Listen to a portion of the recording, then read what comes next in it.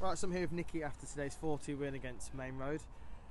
Was that first half the perfect way after 2 weeks off? I've said the last couple of weeks that it's been coming. Something like that's been coming. Us scoring a lot of goals in one half of football. We've been dominating teams and not putting the chances away. But in the first half today, I thought we did that really, really clinically. And I still think now, even reflecting back on the game, having 2 or 3 minutes, we could have scored a lot more in that first half. But you know, like I say, you come in at 4-0, the job's never done, especially no matter where it is, no matter what league it's in. And that's what I said to them at half time. I said, expect a response from them because they cannot be that poor. We dominated large spells in the first half and then they dominated the whole second half. Make no bones about it. They probably could have scored another, but then again, we probably could have scored 2 on the break. But as it stands, another 4-2 victory for us, and the run continues. And it's sort of a case of like Jekyll and Hyde with the first half and second half performances.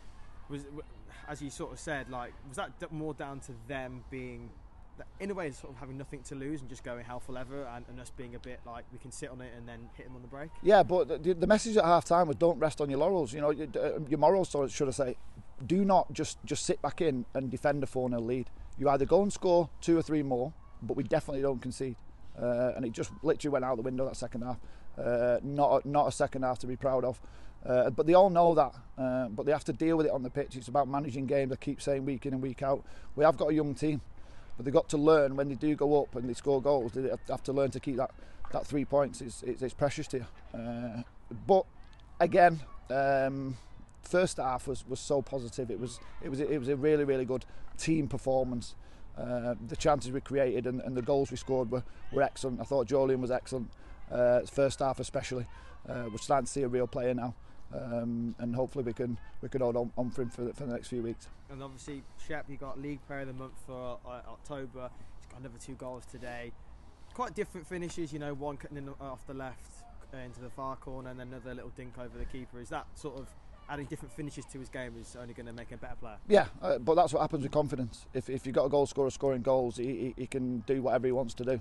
He's positive, his mindset's always that he wants to go out and score goals. But he also brought a lot of people into play today, which probably you don't see or you don't hear of. He's becoming a natural finisher, but he's also becoming a real valuable team player to create chances for other people, which is pleasing to see. And obviously, it's looking like Thornton maybe not on next week, and it's sort of, we're in a situation where it's kind of on off. Is that hard to get players to keep on that form? You know, obviously it was 2 weeks ago it was Steeton 1-0, today it's 4-2, 2 weeks, and then probably a couple 2 weeks. You know, it's a bit hard to keep them going. Or? Yeah, it is. I mean, you can only do so much training. You can only do so much training on Saturday morning and midweek and things like that. Nothing replicates that out there.